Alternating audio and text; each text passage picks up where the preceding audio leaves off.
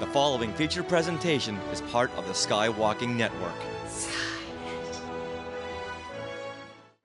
In this 2024 Year in Review, episode 497 of Skywalking Through Neverland, we are joined by friends James Floyd from Star Warsologies and our new friends Kevin and Angela Vincent. In this first part, we discuss our personal fandom highlights, how 2024 stacked up as a year in fandom, what was overrated, and so much more. Are you ready? Welcome to Neverland. Here we go. A long time ago, in a galaxy far, far away. To all who come to this happy place, welcome. Disneyland is your land. When I first made Star Wars, everybody in Hollywood said, well, this is a movie Disney should have made. You're more than just fans. You're family. Best day ever! It's about family, and that's what's so powerful about it. Hey. When you use a bird to write with, it's called tweeting. When we visit the world of Disney, we never grow old. It's a Peter Pan, Never Land that keeps us young in heart. This is Jedi Master Obi-Wan Kenobi, and you are skywalking through Neverland. I have a good feeling about this. Happy New Year's, Skywalkers! 2024 is about to become one with the Force, and from its ashes, 2025 will emerge. What were your favorites of this past year, and what do you want to achieve in 2025? Think about that for just a bit, because right now, we want to welcome you back to Skywalking Through Neverland. I am Richard Woloski, but now everyone please say hello to my Elphaba wife, Sarah. That is me. I've got some Elphaba makeup on right now, some Wicked makeup. I'm very excited. It's wicked cool. Oh, thank you. It's green and gold. It's very, very pretty, and I love it. I love it too. As a Bostonian, I can make that joke repeatedly. That it's wicked cool. Yes, you can. I've seen some wicked awesome reels too from Bostonians watching Wicked, going, Where are the Wicked? Where are our Boston, Where's the Boston guys? accents? Yeah. Where's What's Matt going on Damon? with this? Yeah. Where's Ben Affleck? I see none of them in this movie. It's so funny. Oh my gosh.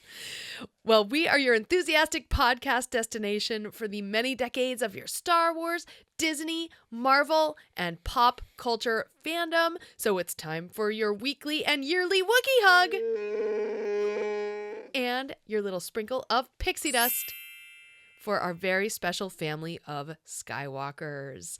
We are live on the Skywalking Through Neverland YouTube channel, and thank you to those of you who are already subscribed, but please, if you haven't already, subscribe for notifications. And Richard, we are so close. What are we so close to? All right, so we had asked in the last episode to get us to 9,200 subscribers on YouTube. I think we had 9189. Well, now, at this current standing, we have 9,197. We are 3 away. Whoa! 3 away from 9,200. We have 8 hours and 59 more minutes to get 3 more YouTube subscribers. That's not a big ask. You can do it, Skywalkers. Get us there. Grab someone's phone. Do it. Mm-hmm. You're around family New Year's Eve or friends. Yeah. Just help them subscribe. Skywalking Through Neverland. On the plus side, we did exceed our Instagram followers. Yes. And we were asking for 4,400, and currently we have 4,405. Yeah. Oh, 40. Yes. It's pretty awesome. So yeah, we surpassed that goal. Yeah, so I love thank it. you, Skywalkers. Just need 3 more YouTubers. That's Come it. on, you can do it. That's all we need. All right, now we are being sponsored by Small World Vacations, and they are a diamond-level Disney vacation planner travel agency that can help you book your trip to a Disney park around the world, or on a Disney cruise, or as we're finding out, Universal. Mm-hmm. So we'll be calling them very soon. Dark Universe, here we come. So head over there to smallworldvacations.com for a no-obligation price quote and tell them Skywalking Through Neverland sent you, and tell them a good Happy New Year. That's right. Now we are recording this episode from Long Beach, California on New Year's Eve, December 31st, 2024. Now, since we have so much to get into, we have to split our year-end wrap-up into 2 episodes. So this first part will cover our personal highlights, promises we made, did we keep them, was this a wicked good year, and lots more. So now let the breakdown begin with James Floyd and Angela and Kevin Vincent. 2024 was filled with so many pop culture surprises, exciting fan events, and a show-stopping Simba performance at the Hollywood Bowl. We have invited a few friends to help us break down this past year. From Star Warsologies, let's welcome James Floyd. Hey, James! Hey, Richard and Sarah. It is good to be here. Happy almost New Year. Yeah, likewise. Yeah, we're recording this on New Year's Eve. Yes. So, James, you've been busy in 2024. Give us an idea of what you've been doing. Well, my big thing for 2024 is my first book, my first Star Wars. It is Star Wars crossword puzzles and other word games from a galaxy far, far away. It just came out in November from Chronicle Books. It is really cool. Look, I got the large print edition here. Whoa. Not actually available. But darn.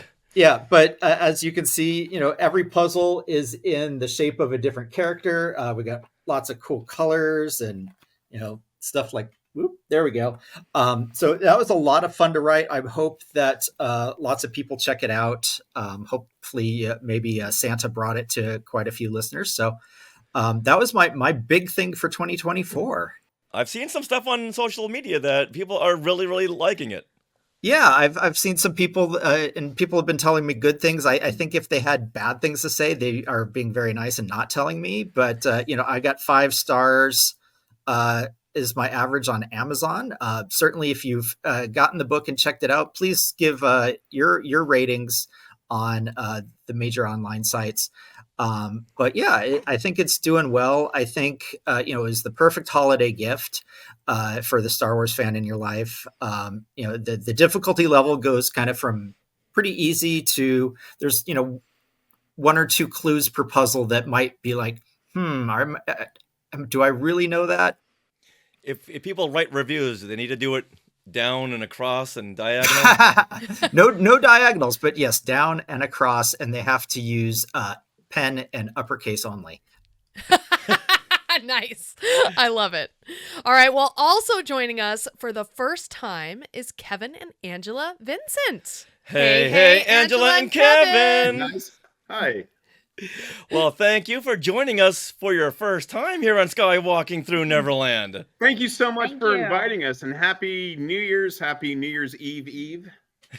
Absolutely. All right, now tell us about your year and your fandom backgrounds. Go ahead, please. Okay, so my fandom background's probably a lot like his, because we kind of met that way, which we can talk about later. But Star Wars is definitely a big one. If we're just talking like pop culture fandoms, like I'm a Swiftie. I also like anything like Halloween. We're both super into like the Halloween like movie. Well, I don't want to say all the Halloween movies, but like the good ones. And what else? I don't know. My wife's super into horror movies. Yeah, horror movies in general. I'm a big horror fan. Yeah, I'll come to bed. I'll come into the bedroom, and my wife will be in there for like a half hour. And she's like, I'm putting something on, when you come into bedroom, I'm putting something on for us to fall asleep to, and she'll have The Exorcist on. And I'm like, absolutely not. We're not going to watch The Exorcist. I like horror movies, but I don't need that in my head when I'm falling asleep. Yeah. Yeah, as you can tell, we love Halloween too. Oh, very nice. My wife so delicately said that we love John Carpenter's Halloween, you know what I mean? And we enjoy the new trilogy too. Yeah, we enjoyed the new trilogy too. But yeah, I love Star Wars. I love Star Wars my whole life. I was 10 years old when Star Wars came out. I was 13 when The Empire Strikes Back came out. 14 when Raiders came out. 15 when Blade Runner came out. 16 when Return of the Jedi. So I was right in that thing where I was like, 8 when Jaws came out. So the whole Lucas Spielberg thing hit me like a ton of bricks. Yeah, Awesome. I like Halloween too. Oh. He's got a Christmas tree. The Christmas Halloween tree. It's dressed up for Halloween as a Christmas tree. No. Very nice. Yeah, but I think I was right in that sweet spot too, age wise. You know, I turned 5 when Empire came out, but just growing up with all those great 80s films and, you know, the Steven Spielberg and George Lucas. And you mentioned a lot of Harrison Ford films. I was like, yeah, that tracks. No, sincerely. I mean, it was such a great time, not to get into all of that, but like I always say to my wife, it was such a great time. And like the ages I was at the time, because like I said, I was in 75, I was 8 years old, and it was only PG. It was only, Jaws was rated PG. And my dad took my sisters and I to see it. And I immediately came home and built the Orca out of my Legos. And this is back when Legos, you'd be lucky if you found a window or something like that. Legos were really, they were really basic shapes. You know, now they have all these amazing things. And now they actually do have the Orca. But I built it, out of the Orca. I mean, I built the Orca out of the Legos. And yeah, I mean, that whole era I loved being that age for all those films, Then you must be loving Skeleton Crew right about now. Oh, yeah. We watched the first two. We watched the first two, so we need to get caught up. Catch up. We did enjoy the first two. We did. We absolutely did. But, Oh, man. Yeah. There's some fun stuff coming. Yeah. This last episode was Goonies all over it. Yeah, now, absolutely. Angela, you're wearing an Indiana Jones shirt. Is that a big part of your fandom? Temple of Doom is my favorite Indiana Jones movie because it's also like in my baby book, my parents wrote down that movie as my first movie, like that I went to in a theater. But I was born in 84 though, so I was an infant when I went, so it kind of doesn't count. But technically it was my first movie. But that is my favorite one of all of them. I love it so much. Awesome. Wow, that's different. You don't usually hear that. So I can see how the Halloween kind of tracks in the Indiana Jones. I think that's weird. That's kind of why I like it, because it has that kind of like spookiness stuff to it. It does, and it's the one where Harrison Ford has his shirt like completely off. So I get it. I understand. And Angela, it says here that you love eating monkey brains. No, that's a bad note. I'm so sorry. Angela, you were mentioning earlier that you two had a fun story about how you met. Yeah, so I went to Star Wars Celebration. Which one was it? Star Wars Celebration 2010 here in Orlando. Yeah, so I went by myself, specifically because I was also a big Matt Lanter fan. So I wanted to meet him. I hadn't met him before. So I went to meet him. When I first saw Angela, I was waiting with my friends because I was going to meet Carrie Fisher. We had a contact person that was going to take us backstage to meet her. And I had met Carrie previously, and I had worked with her previously as well. But I wanted her to sign my the Making of Star Wars book, the big Making of Star Wars book. And so I was with my friend and his wife, and I see this girl walk by in this long skirt and just this beautiful skirt. And I was like, oh, who's that? And so we're waiting to get taken backstage. And I say to my friends, hey, I'll be right back.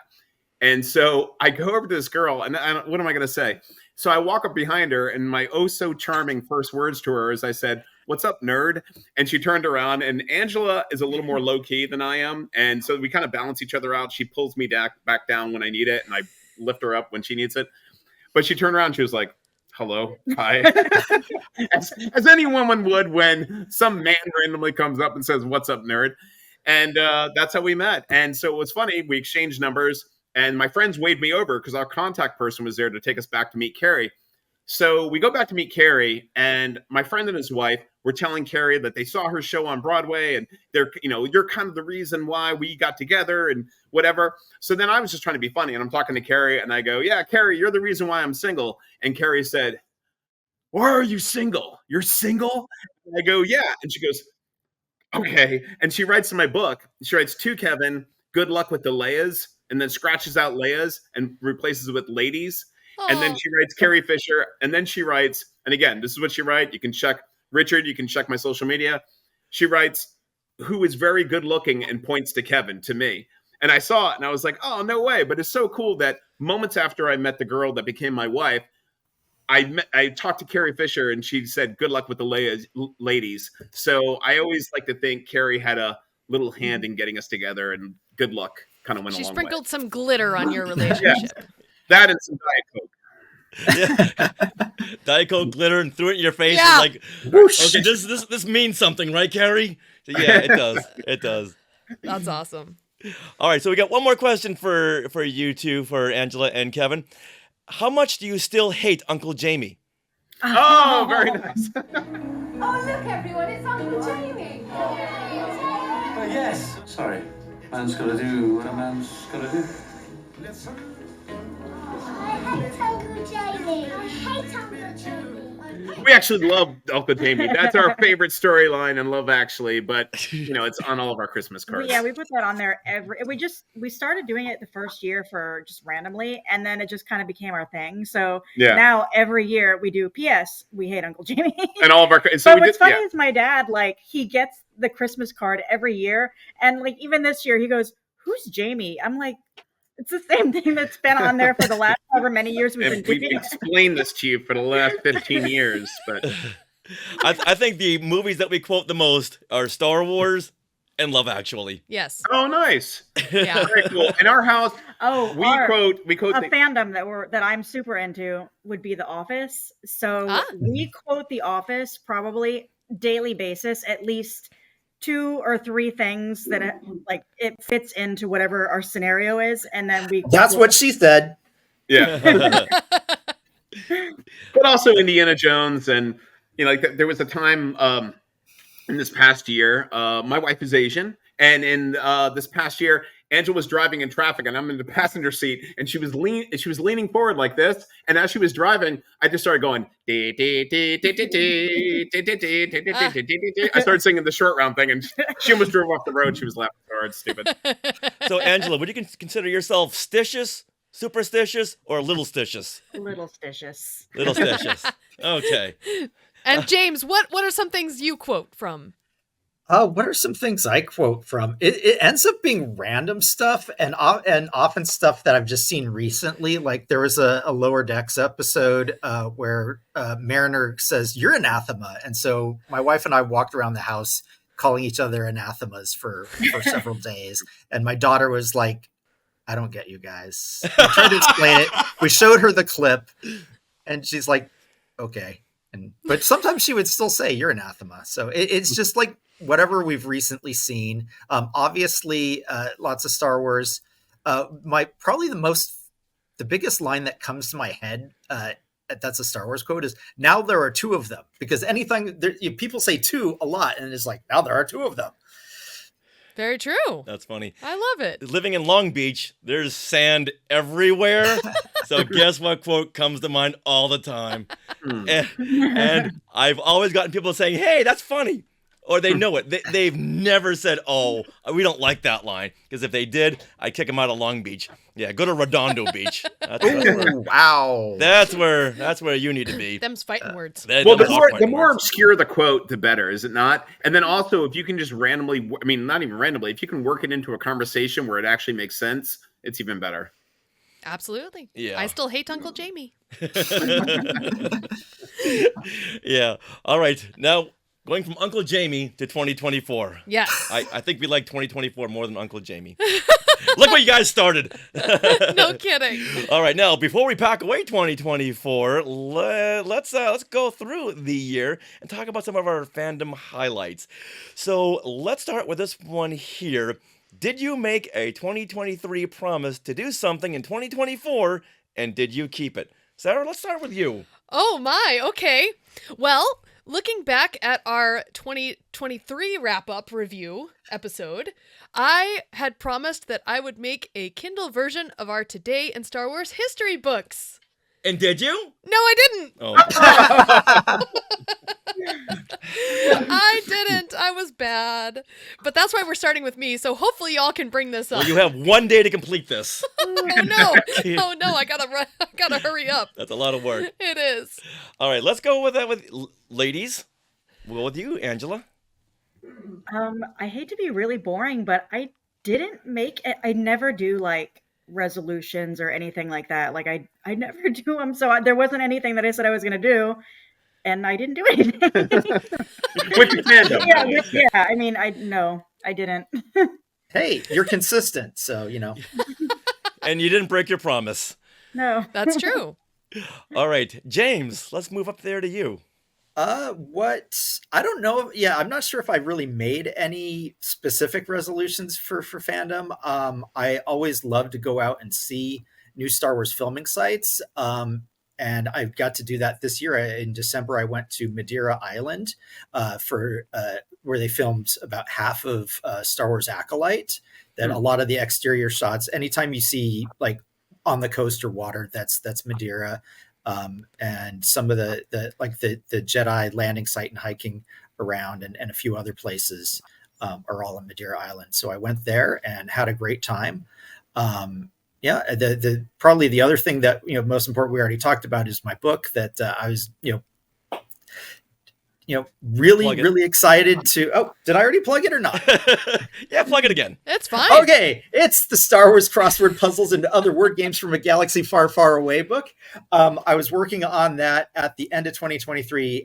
Needed to get it done by early 2024, and I finished it, and it went through approvals and art and all that stuff, and it is now out in stores, which is pretty surreal. We had a launch party for it at my favorite independent bookseller, and that was really cool to be like, I'm the person that everyone's looking at on the stage. I used to be the people in the audience, and today I'm up there, and it was pretty amazing. And like people from all parts of my life were there to just support me, and that was a lot of love. Dude, that's amazing. Congratulations. That's so cool. All right, so well, speaking of being on stage, yes, I promised myself that in 2024 we would hit more conventions and do more live shows, especially our trivia shows, which we have been loving to do these Star Wars trivia shows and pop culture trivia shows. We had a packed house in San Diego Comic-Con. At Comic-Con Revolution, we had another packed house. Awesome. I also got to mention that at Houston Comic Palooza, we were up against John Cena for our pop culture trivia. So people were running by our stage. But little by little, they all started coming back because they would hear the chaos. That's why we call our trivia the Trivia of Chaos. Thank you, Mike Celestino, for that. Yeah. And so people started coming back, and before the end, we had another packed house of John Cena fans. Unfortunately, there were no John Cena questions to be had. No. But now, Kevin, we have to ask you, did you make any resolutions, and did you manage to keep them? Yeah, my biggest resolution was to get Richard to invite me on the podcast, and look, here it happened. I'm just kidding. Wow. I'm totally kidding. No, I don't like, much like my wife, I don't really technically have like resolutions or promises. Like in my fandom, I will do this in the next year. But, not to sound cheesy or whatever, one of my big things every year, the greatest thing about, for me at least, getting older, is that, you become more patient. You hopefully become a better husband. You hopefully become a better friend or a better family member to your family. So I try to do that. But as far as like fandom goes, I mean, it was an excellent year. I mean, like Richard and I, we were at D23 together. I had a great seat down in front. I was feet away from Jamie Lee Curtis, and Harrison Ford when they got their awards, which was great. Frank Oz was there. That was amazing to be there. And, and like seeing, like, I'm really into music. So third year of Crew World Fest in Pasadena, a lot of old school, like kind of post-punk new wave bands I went to. It was great. And then my wife and I were in New York City for Halloween, and we saw Duran Duran at Madison Square Garden for their Halloween show, that was pretty rad. So it wasn't these things that I promised myself at the end of the year I would do, but it's just a lot of really fun things happened this year. I can say I'm very, very jealous you got to see the Duran Duran Halloween concert. Well, Richard, it was so fun. Richard, it felt like just like a party. It was, first of all, I was at the Garden, which is always great. We saw Depeche Mode there last year, but to see Duran at the Garden, and then it was a specific Halloween show. They were all dressed up, and they just had dancers, and they had all these things they would never have. They had these giant, my wife knows, I'm super into costume characters. I love seeing costume characters, and any kind of like giant puppets. And who came out? Remember the puppets that came out? Like a witch and like a... What was that? It was a giant clown and a giant witch, but you guys, they were humongous, and they were like giant puppets. And as soon as they came out, my wife's like, "Oh, you're dying that you love this," and I'm like, "I absolutely love this. This is so great." So for me, that was really fun. Plus, I don't know if we discussed in the podcast. We discussed it earlier. we both love Halloween so much. Yeah, we did talk about that. So, both those things combined was great. And then we got to see our friend Casey is closing Back to the Future on Broadway next week. So we got to see Back to the Future on Broadway for the 7th time because we just absolutely love that show. And we're so proud. Our friend Casey Likes is killing it as Marty McFly. He's really great in it. That's awesome. Wow. So was that all? Really? Come up with? We were kind of hoping for a bigger list there, Kevin. All right, so let's just move on, okay? Durant. Oh my goodness. I love a good crossover. If you cross over Halloween with any of my favorite passions, and I'm all over it. But we so wish we could have seen that concert. Yeah. Did you watch a lot of footage online? There's a lot of footage. I did. That's all I did for like a week after, watching every single angle. Like, how many times can I see John Taylor? That's so great. Okay. Wow. As was D23, and as was talking to Richard at D23. Thank you, Kevin. We were at the Lucasfilm booth. That was so fun. I appreciate you bringing it around. Oh, yeah, of course. All right, now let's go on to the next question. Where does 2024 fall in your favorite year of fandom? So, James, let's start up there with you. Oh, wow. That's tough. It's going to be up definitely on the higher end because having a Star Wars book has been a dream of mine. So getting published, like I've been in Star Wars Insider and on StarWars.com before, but to have like a book on a shelf in a store has been like a lifelong dream. So 2024 is way up there for that.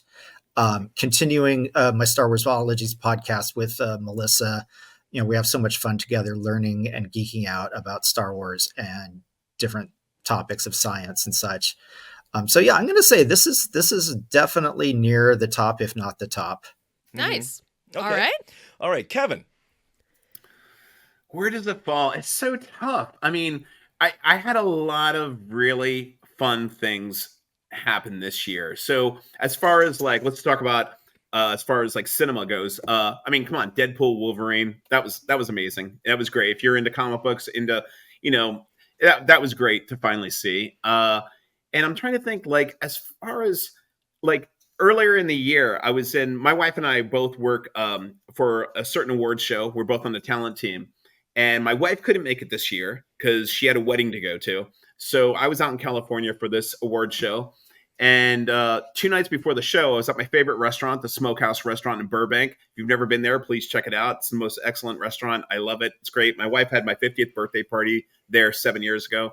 But I was just finishing up my meal, and I wasn't going to go out that night. I was at the hotel, and my wife's like, "You gonna go to Smokehouse tonight?" And she was here in Orlando, and I said, "I don't know if I'm going to go or not." She's like, "Go, it's your favorite restaurant." I'm like, "Oh, okay, I'll go."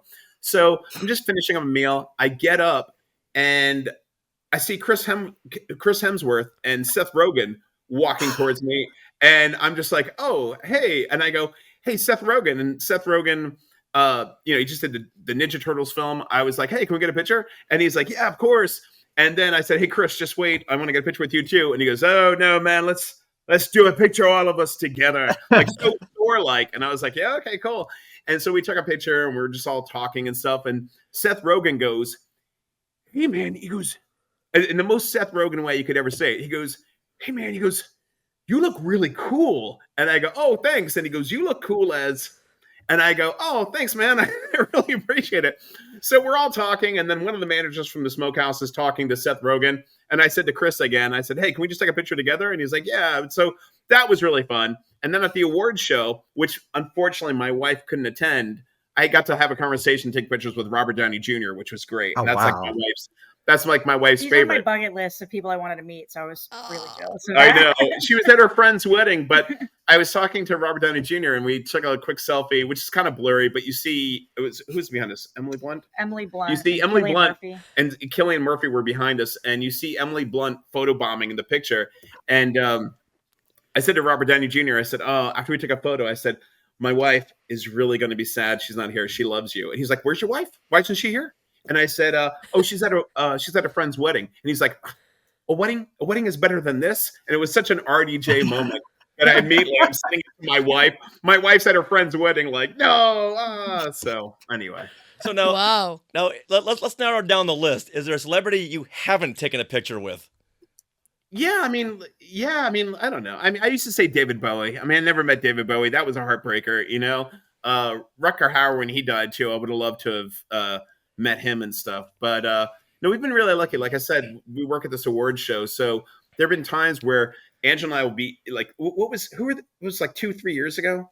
Remember the there was one here, and one here. Oh, it was like it was Tom Hanks in front of us, Gary Oldman, and who was the other one? There was someone else, but we just started laughing because we're standing there backstage and we're Michael like Douglas or something. Yeah, and we're like, what is our life right now? It's so weird. And then like, when you see like Al Pacino walk by you and you're just like, that's kind of cool. You know what I mean? Just because The Godfather and just because Al Pacino, So nice.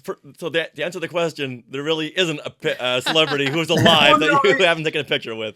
I just don't want to come across a certain way to anyone watching right now. Like, you know what I mean? It's like, no, I'm just a super fan. I'm a fan. And, I love meeting people whose work I appreciate, whether it's music or literature or anything, film, So I've been really, like, again, in my life, work-wise, and then just fandom, I've been like super blessed. I've been like really blessed to be in the right place at the right time and have like nice things happen.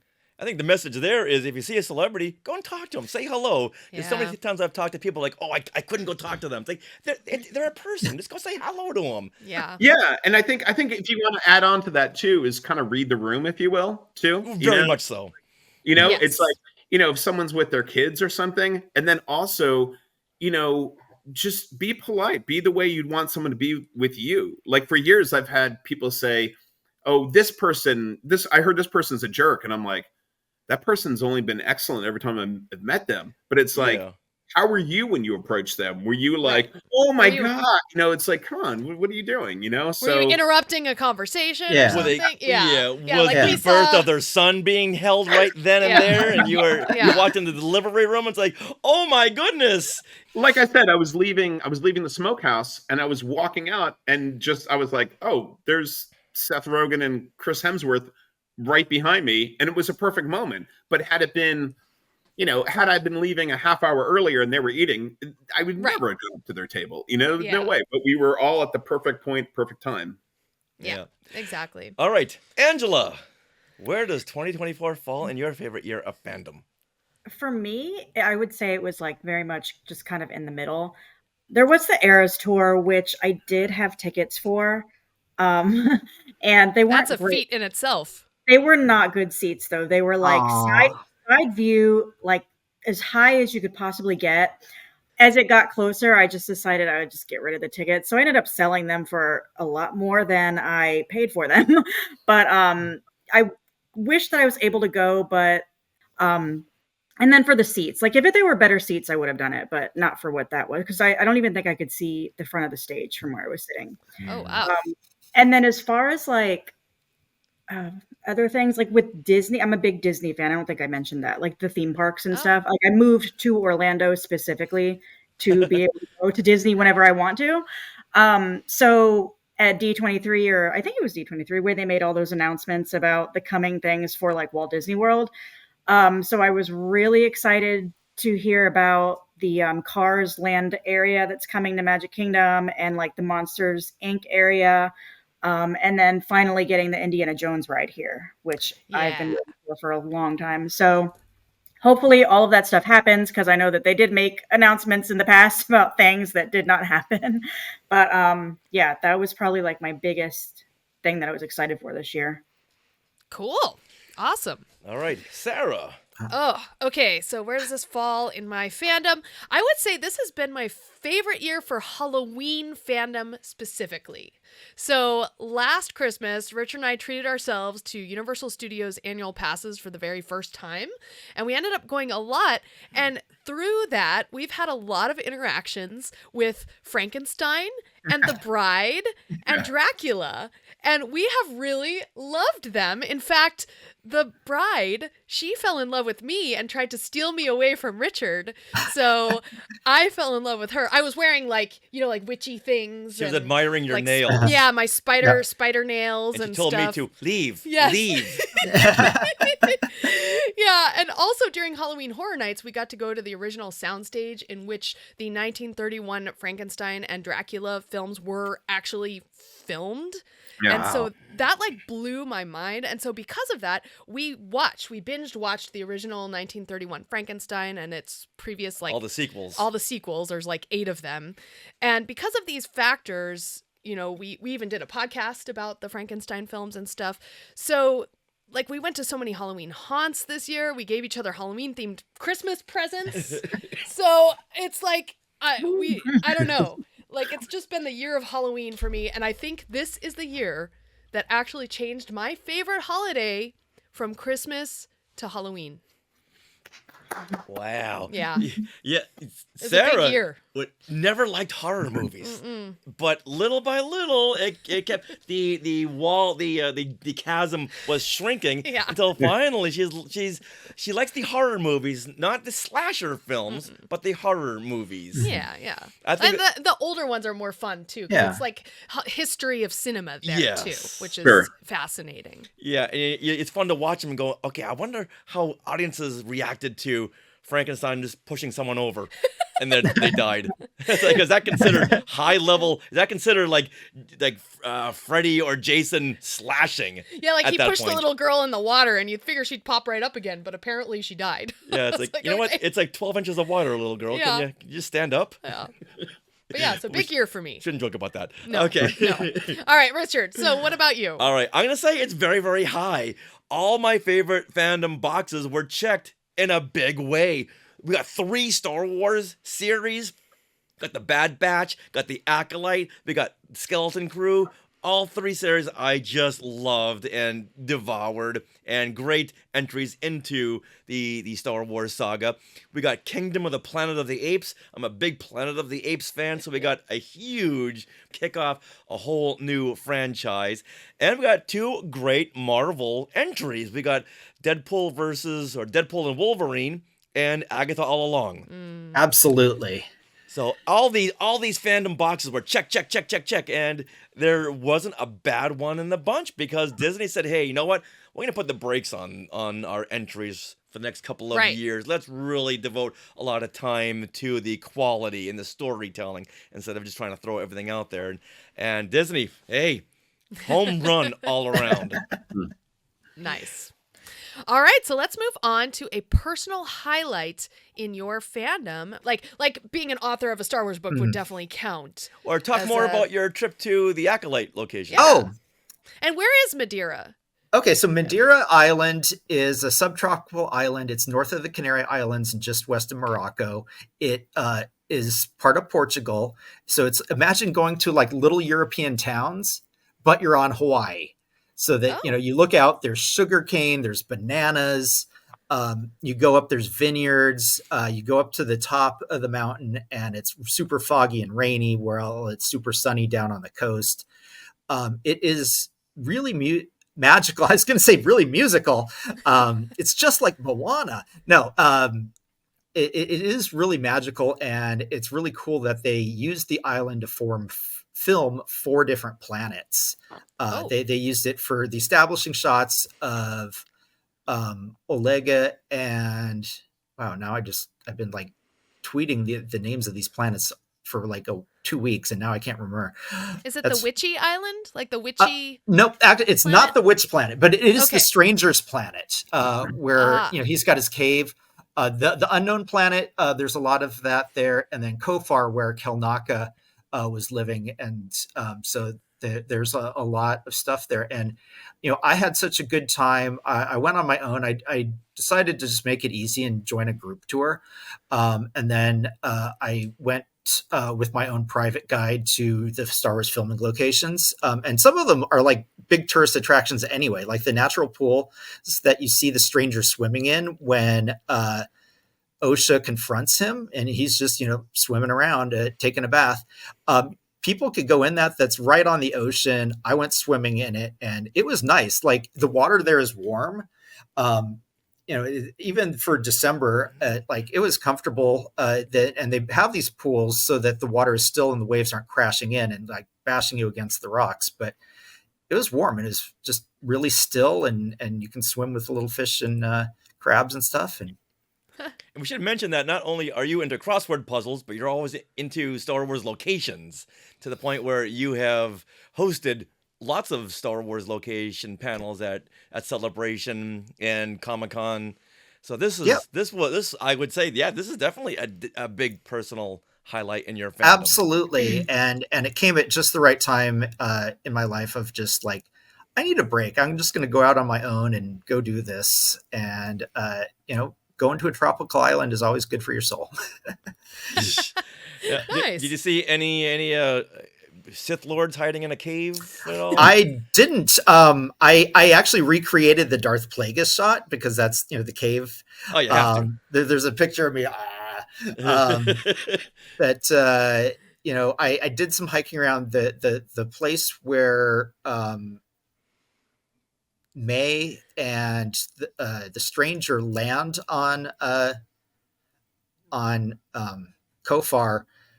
That place is just like a set of abandoned terraces next to a stream, and it's like in the middle of nowhere. So finding it was a little tough. Like I knew where it was on the map, but finding a trail to connect to it was tough. And then I was like, oh, let's go back up here to see the trail they walked on. And I wasn't sure where that was, and ended up like climbing through abandoned vineyards and like stepping over wild blackberry brambles that were like knee high. And this is like, you got to crush it all down. Otherwise you're going to scrape yourself up.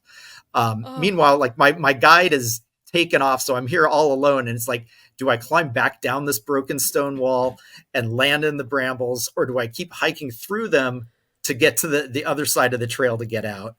It was a lot of fun. But I think another fandom thing that I was actually going to bring up before you brought up the trip was I took my daughter to Universal for the first time, and she loves the Harry Potter world, and so to go there and get her a wand and just have her go through and do the magic through Hogsmeade was such a treasure that she really enjoyed it, and we had a fantastic day.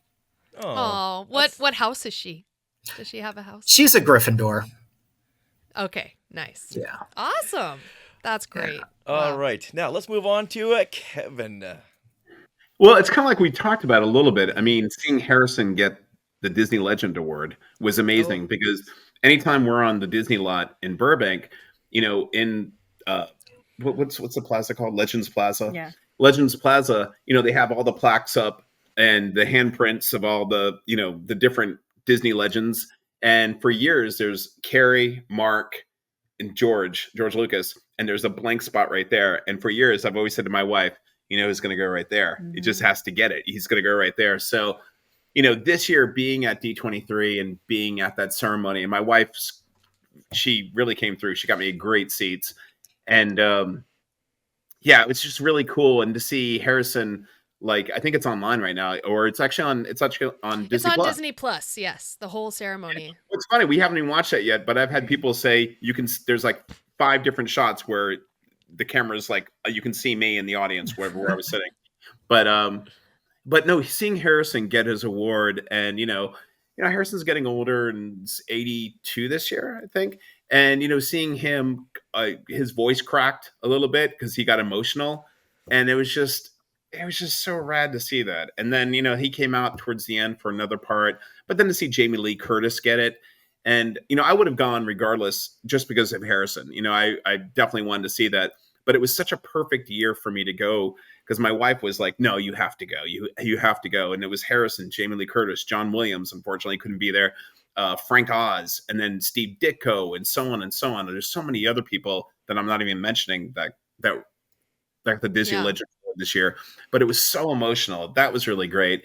And then as far as fandom, kind of a nerdy thing, I last year I ordered it, but it finally came and I was able to pick it up. And speaking to Richard, because I know you'll appreciate this, John Taylor and Dingwall Guitars created a John Taylor signature bass guitar. John Taylor being the bass player for the band Duran Duran, and I'm a bass player. I'm a drummer, but I was able to they only created 82 of these, and 82 for the year 1982, the year Duran Duran's Rio album came out, and I was able to get one of them, and so. Wow. That was a big deal. I ordered it last year when we were in our hotel room the weekend we were seeing Depeche Mode at the Garden, but I was only able to pick it up at the store the beginning of this year. There was a slight delay, but to get one of the 82 Rio Dream basses by Dingwall Guitars and designed by John Taylor, that was a huge thing for my my musical fandom, if you will. That was huge. Oh my goodness. Oh my goodness. How does it sound? You know what? Here's the thing. I have it right in the other room, still in the box. We have been so busy this year, and I'm kind of a weirdo when it comes to like I'll get something, but there has to be a perfect time to open it. I know it's so horrible. You guys can cut this out if you want. But I'm like, oh, and my wife will be like, well, when are you going to play it? And I'm like, it's not your time. I don't want to rush into it. No, you got to do an unboxing video. I understand. Perhaps I was a little too honest right now. I know we're going to go to bed tonight, and I'll be like, should I have said I haven't even opened it yet? No. So the willpower. Oh, I had the Lego Ultimate Collector Millennium Falcon, and I didn't open it for a long time. And then when the pandemic hit, I was like, "This is the perfect time. We're gonna be here for weeks. I'm just gonna do a bag a day with the whole family." And but we got you all beat. We haven't opened up our candy cane Reese's Pieces from our stockings. Yes, from our Christmas last stockings, week. Yeah. A candy cane full of Reese's Pieces. So we got you all beat, okay? You and your John Taylor guitars and Millennium Falcons. Come on, look at this. It would have been impressive if you said, it would have been impressive / gross if you said, we've got you beat. This is from 2017. We still haven't opened it yet. We want to open that it. would be. Yeah, you know what? Someday there is a date on here. E.T. will come to our door and say, would you please open up those damn Reese's Pieces? Please. I've been waiting out here for the longest time. Ouch. Ouch. All right. Let's move on to Angela. Personal highlight in your fandom. And what haven't you opened in 2024? So having to do with like the Halloween part of me, that like the holiday, and then just like Halloween Horror Nights, which you guys had talked about, but that's something that I've been going to every year. I think I haven't missed a year since Horror Nights 2007. So since 2007, I've gone every single year. And one thing I wanted to do that I've never done before was an RIP tour. So this year, his friend, a friend of both of ours, invited us onto his. He did like a private group one. So he called him up one day and asked, like, did we want to join him for an RP tour? And I was like, oh my God, yes. So we finally got to do that. And that's just kind of something that's always been bucket list for me. So that was probably my most exciting personal thing that I got to do this year. That is awesome. Yeah, that's kind of one of those things I always look at. I'm like, that looks fun, but it's like $100 more than I want to spend per person. Yeah. Yeah. I just thought of another one. This is just like how awesome my year has been. Right before Comic-Con, George Takei and John Cho came to UCSD to give a live thing together. It was moderated by Michael Giacchino. Yeah. And so that it was just amazing to see these two legends, or three legends really, but to see George Takei there, and he's getting up in his years, but him just come alive and tell the stories of his childhood and the hardships he faced as a Japanese person in the internment camps during World War II. And he tell the story, and then Michael Giacchino would look at John Cho and say, "Top that." and John would be like, yeah, no, same thing. No, but it was just amazing. And then near the end, they had a Q&A, and I got to ask George a question, and he answered. And so just getting that chance to just like talk to him for just a moment, just one question, really, really profound and really exciting to talk to George Takei. Absolutely. That's so well, cool. I will remind my wife really quick, and she can tell this, speaking to fandom, tell them Shannon Doherty early this year before she passed away. Oh, I forgot about that. Yeah. So I was also really into 90210, the original show. I watched it. I was probably too young to be watching it when it was, but I liked it. And then as I got a little bit older and it went on, I still watched it. But anyway, like Shannon Doherty's character, Brenda, she's been going through, like, she had been having breast cancer and all of that stuff. And I had never met her before. And she came to, what was it? MegaCon? MegaCon in Orlando. Yeah. So, he bought me a photo op with her and Jason Priestley. So I did the photo op, And then we went up to her table just so I could like actually have like a second and like talk to her. And there's something that when I was really little, I used to say that the people on 90210, that group of friends, were my dream friends, and I wish that I could be friends with them. So when I went up to her, I told her, I was like, yeah, when I was little, you guys were like my dream friends. And I was just telling her that whole story. So after our interaction, she wanted to get a picture. So we took a picture, and then she grabbed me by the hand and she goes, I am your dream friend. And I was like, oh my God. And I like, every time I tell like my friends that story, everybody starts like tearing up and stuff. They're like, it's just so nice. And then she sadly passed away a couple months later. Yeah. So I was really glad that I got to meet her finally.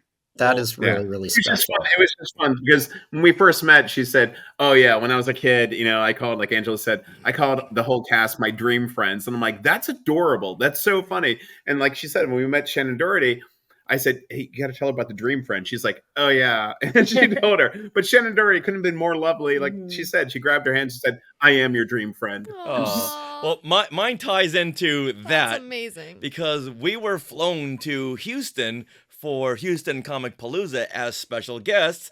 And who was right next to us? Shannon Doherty. Oh, nice. Wow. Yeah, so we got a chance to say hello and chat for just a little bit. And then 2 weeks later, she passed away. Yeah. So sad. Along with being flown to Houston for Houston Comic Palooza, thank you, Carrie Gordon, I would say another big thing is a concert we had seen. I've always wanted to see 2 concerts in my life. One is Duran Duran, Seven the Ragged Tiger from 1984, and the other is The Monkees from 1966.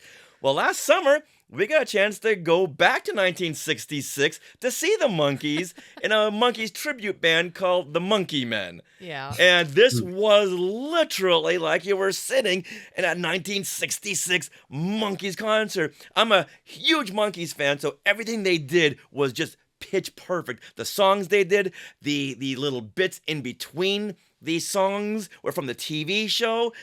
And I'm right there going, I'm really watching the Mike, Mickey, Peter, and Davey. And I thought I would never get a chance to see this unless Doc Brown pulled up in a DeLorean and said, hey, hop in. We're going to go see the Monkees in 1966. But this was just mind-blowing. And we got the chance to know one of their tour managers or someone who works with them. I said, hey, can we get these guys for the podcast? They go, oh yeah, sure. So we got the creator, Ron McNeil, who is the creator of the Monkey Men and the Beatles Fab Four tribute band, and Frankie, who plays Davy Jones in the show. You know, happy birthday, Davy Jones, today. So that to me was like, it was just so wild getting to know these guys and know that they personify the people that I've been looking up to since I was like 5 years old, or 3 years old. And here, if I can't talk to the actual Monkees, I can talk to the next best thing, which are these guys in the tribute band. But that was like one of my personal highlights of 2024. Nice. Yeah. There's a pattern here. Yeah, the Dream Friends. Yeah. You get the Dream Friends, but there's a pattern with Richard. He's got Kingdom of the Planet of the Apes, and he's got the Monkey Men. 2024 is hashtag monkeys for you. Here Absolutely. we come. Yeah. All right, Sarah. Yes. Okay. So on a personal level, I mean, definitely being special guest for Houston Comic Palooza was very cool for like on a podcast level and that. But on a personal girly level, I have to say my group of girlfriends that I've been hanging out with added an additional friend this year, and we all got like super close, and we meet monthly for a makeup class or a girls' night, and Agatha all along really brought us all together even closer. Like we ended up planning our Oogie Boogie Bash costumes around Agatha and being witches, and we all had matching cloaks to a D23 screening of Agatha all along, and the social media team went nuts over us, and it's been a real highlight because it's just very important to have close girlfriends that you can count on. Or as you call them, your coven. My coven, yes. Yeah. Yeah, and ever since there was like some backstory to Agatha all along you could watch the making of, and they said that they had a text chain called My Pretty Coven. So guess what our text chain is now called? My Pretty Coven. Nice. So yeah, very all right. personal fun. Let's move on to the next topic. What were you looking forward to the most in 2024, and did it fulfill your expectations? So let's start with you, Angela. Probably Deadpool and Wolverine. I was really excited about that, and I would say that it met my expectations. Like I wasn't like it didn't go above, but like it was like, everything that I wanted is what it was. So I was really happy with it. I just loved it. Speaking of which, I saw that it's on Disney Plus now or something. So I'm like, oh, we need to watch that because I think we saw it in theaters. I think we saw it three times. Yeah, Wow. yeah, I think we saw it 3 times. So I can't wait to watch it again. Actually, Yeah. Were you able to see it before anything was spoiled for you? We were. Yeah. Yeah, Okay. definitely. We're really like careful about scroll. Like I don't go on Facebook that much, but I feel like that's probably where it would probably get spoiled for me is because, you know, like Entertainment Weekly and all these places posting articles with like headlines that say stuff. So like I always just try to avoid scrolling through on that. Or if I do see something, I just scroll right past it. I don't read it. But yeah, we did not see any spoilers going into it. So everything was like fresh. That's awesome. Oh yeah, that is unheard of. Yeah. The day it came out, there were so many different YouTube videos of the Chris Evans plays the torch. Yeah. It's like, in- come on, in man. Deadpool. I would have That been was like- livid. That was like Livid. the best moment ever Yeah. in that thing. Oh, okay. And it's not even like people doing it anymore. Have you noticed? It's like legit media outlets now, you know, that will like moments after something airs, they're like, can you believe this? And they post a picture. And I always say to Angela, I'm like, I'm so glad we watched this before, you know? But I feel like, I mean, just a side note really quickly, people always like, you know, oh, I can't see. I'll see on my social media, not so much now, but over the last 10 years, you'll see people say, hey, I can't see this until Sunday. Could anyone not talk about it? And we always think that's so funny. Could you imagine if someone said, hey, my wife and I can't watch the Super Bowls until next Friday, so can no one talk about it? It's like, that's on you. I mean, people can be jerks and they can post stuff. Example, after we saw a screening of Force Awakens, like super early, and like I said to Angela, I go, let me just look and see if anyone said anything. And there was already, like, it wasn't even a screen cap. It was a picture of the screen of Han with the lightsaber through him. And I immediately went on my social media begging people, please stay off social media. There's tons of spoilers out there that you don't want to. But I feel like the onus is on you too, you know, because like you don't want someone to be spoiled. If you're that into it, stay off social media. That's just, you know, my take on it. And then also another thing was Wicked. So Wicked coming yeah. out. I was really looking forward to Wicked. But the thing is, I'd never actually seen the Broadway show. I knew all of the songs just because it was so popular. So like, oh, I want to hear the music. So I'd heard all of the music before. I knew all the songs. And I knew the story, but I just never seen the show before. So the movie came out. I actually went to see it opening night with 2 of my girlfriends, and he didn't go with me, but it was her coven night. Yeah, that was my coven night. There you go. So we went to see it, and I was just, that movie definitely exceeded my expectations, and I was just bawling at the end of it. I was just like, I mean, even now, like when I get in the car and drive, all I listen to is the soundtrack from the movie. But yeah, like I loved it so much. And then speaking of that, tomorrow it's available for buying, so I can't wait for that. Absolutely. Yeah, and then I saw it again with him. I was like, I really think you should go see Wicked, and I was like, I think you're gonna like it. Yeah, I had seen the Broadway musical previously. Yeah, he was already familiar, but so him and I went together, and I think he liked it. It was great. Yeah, it was great.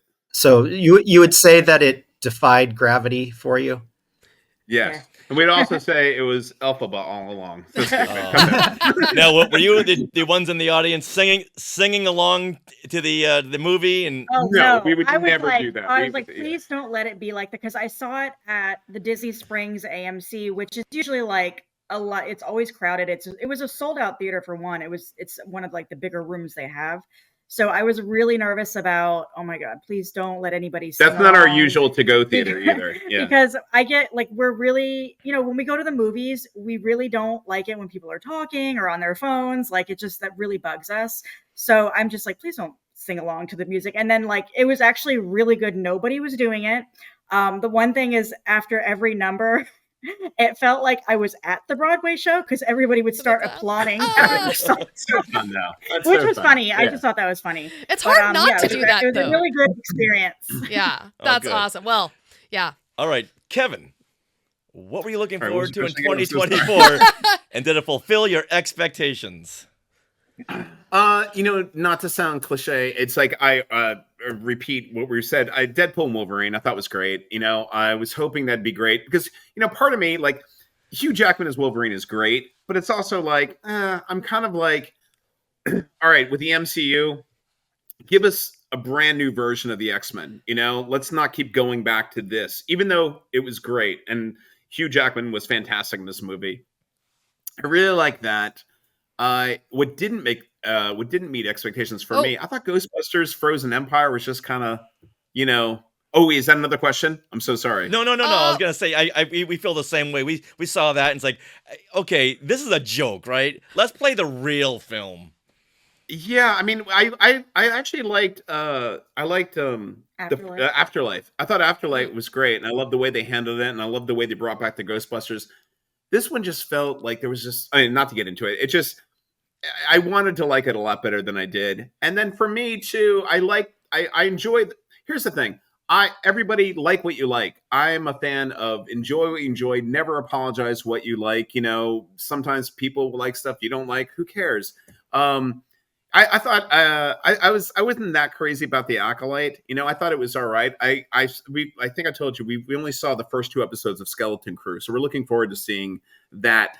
I didn't watch Bad Batch, but yeah, we're looking forward to the rest of Skeleton Crew. And I really liked James Gunn's Superman trailer. I have high hopes for that. Oh. I have high hopes for that, and I love the fact that I believe in making new themes. Like we're talking about Star Trek. When the Chris Pine Star Trek movies came out, I love that they used the original. Was it Alexander Courage? Didn't he do the theme for it? Yes. The original, the original 1960s theme. I love that they used that, but they also gave them a brand new theme. And I kind of feel like with Superman, if they can work in the John Williams theme, just every once in a while, give him his own new theme if you want. But still, like James Bond. James Bond has a new score, but they always go back to the classic James Bond thing, too. I think, I don't know. It looks really good. I have high hopes for that. Yeah, Okay. but they've been doing that with the Star Wars theme and playing Oh, that with different instrumentations in Yeah. different, what was it, in Skeleton Crew. Skeleton Crew, they played the Yeah. Oh, Force. yeah, the Force theme, yes. Yeah. Yeah. Spoiler. Oh, did they? Oh, we're looking forward Oh, to yeah. I All think right, that's great. in episode 3. Okay. All right. Yes. Okay. well, Nice. So then let's move on there to James. I don't know. Talking about playing music in different ways, the way that Skeleton Crew released the music video for Gigi Adhaden to Major Tom, just awesome. Chef's kiss.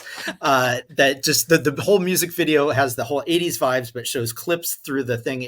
I don't know if you saw it. It's a Hutties version of Major Tom. Oh, nice. But using some Skeleton Crew instead of saying Earth below us, it's Adden below us. Yeah. But yeah, so it's awesome. Definitely something that we didn't deserve, but we got, and so thank you.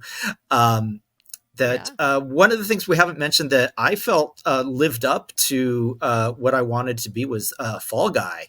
I was a big fan of the show when I was a kid. I really can't tell you what happened on that show because I was a kid, and it just, but seeing it and just seeing the love for stunts and stunt people, and in the film, just showing all these amazing stunts, and really emphasizing the fact that these are real people putting their bodies on the line, doing this, and then kind of combining that with this past the most recent season of Only Murders in the Building, which also talks about stunt people a bunch. So I think it was a really good year for stunts and just practical effects. And yeah, so Fall Guy really lived up to what I wanted it to be. And I think it did for a lot of people.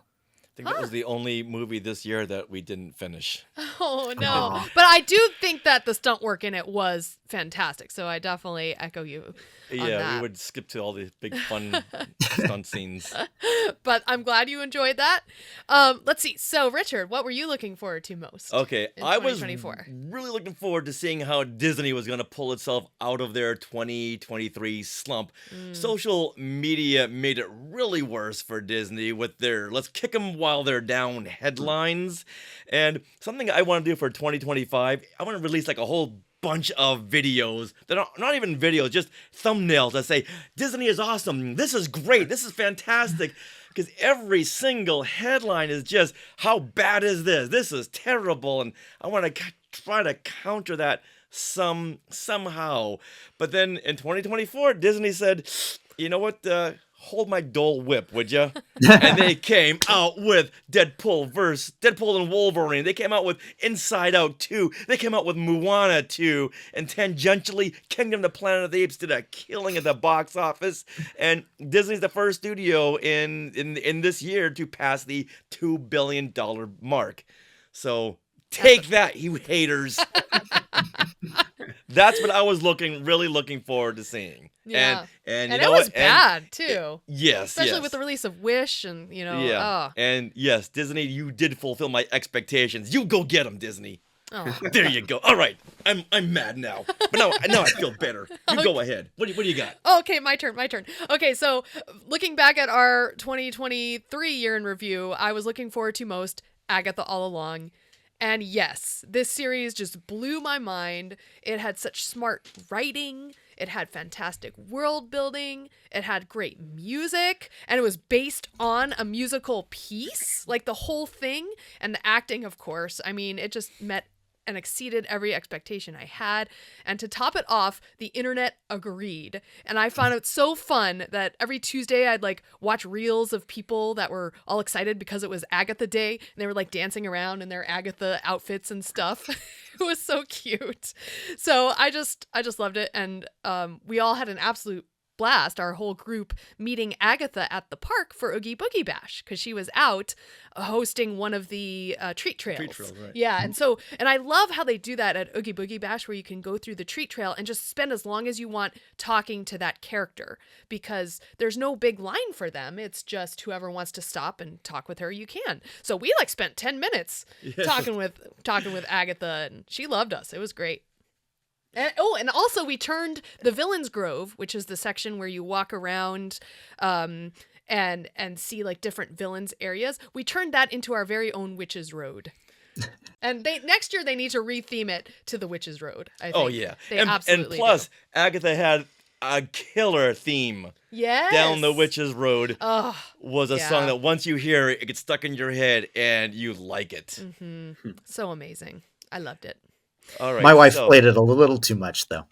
I don't. When we saw it at D23 up on stage, when they came and performed it. Wow. I cannot hear this enough. Catherine Hahn and the whole cast came out and performed it live. Wow. And it was in their robes and everything. It was amazing. That's what made us wear our robes for Oogie Boogie Bash. We're like, oh, there's 5 of us. Let's all wear our robes. It was great.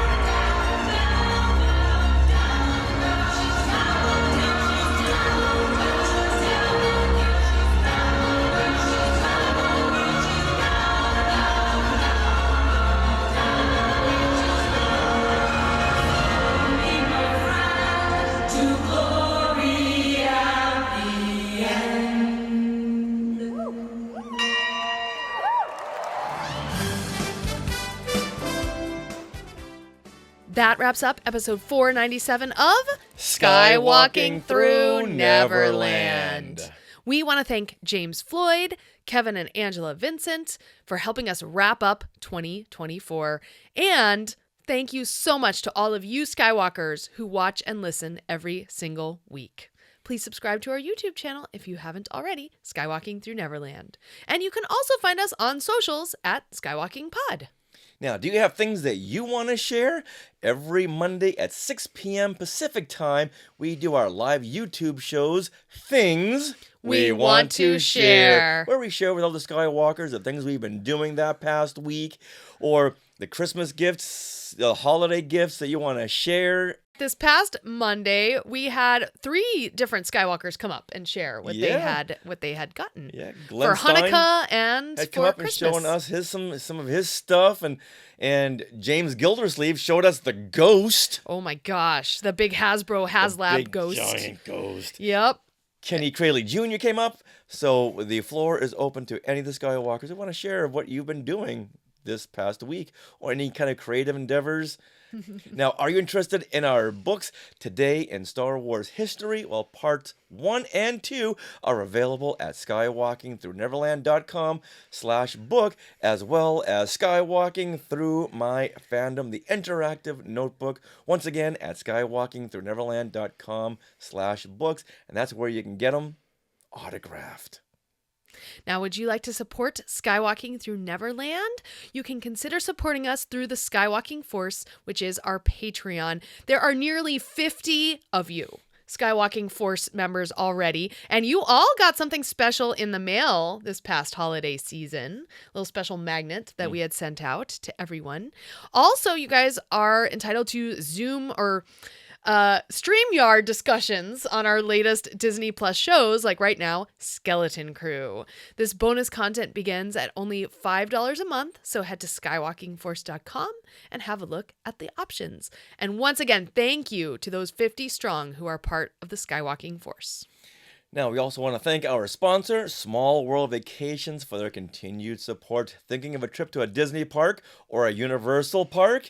We can fill out a Get a Quote form at smallworldvacations.com today. Their vacation planning service is free of charge, so head over there and tell them Skywalking Through Neverland sent you. Now, we are part of the Skywalking Network. Where you can find other great shows like Talking Apes, The Max Effects Podcast, The Neverland Clubhouse, Totally Tell Me Everything, Star Warsologies, and the YouTube shows Collectopolis and Today in Star Wars History. Now, don't forget to stick around for bloopers and other fun bits that didn't make it into the show. And always remember to have a Happy New Year and Neverland on Alderaan. Oh, for crying out loud, James. Oh, all ready to go. And now, here's James, everybody. Oh, James left. Thanks, James. We're just kidding. Yeah, goodbye. Right, we didn't. You were canceled. We canceled James. And the trivia is the fun kind of trivia where if you think about it, it's like, oh yeah, that does make sense now. It's not like, what ship did Bosk pilot in oh right. Yeah, the Tales of the Houndstooth? Bounty Hunter. Yeah. Page 14. That's why James doesn't come to our trivia. Yeah, so on page 14, it was the Nashta his shuttle for the Houndstooth. Wow. Okay. They don't know who you are. They figure, okay, if you're back here, either you snuck in, and biggest kudos to you, or you belong here. So everyone's talking to each other. And in fact, I got to talk to Anson Mount. Yeah, I asked him what kind of wine he was having or something. I was like, "Hi, Captain," you know. It was really fun. I was like, "Oh, yeah." And he's Captain Pike in Star Trek. Strange New Worlds. Yeah. Yeah. Christopher Lloyd came in. It's like, hey, what's up? Yeah. What's up, Chris? It was and pretty neat. You keep on moving. It's like, oh, I just spoke to Christopher. I spoke to know. Jim Ignatowski. If I didn't just hear the garbage trucks outside, I would never know what day it was. Hey, look at those names to the left. They are part of the Skywalking Force, our Patreon. Become a producer yourself and check out all the Disney Plus themed bonus content available depending on the level you subscribe. Become a member of the elite Skywalking Force at skywalkingforce.com.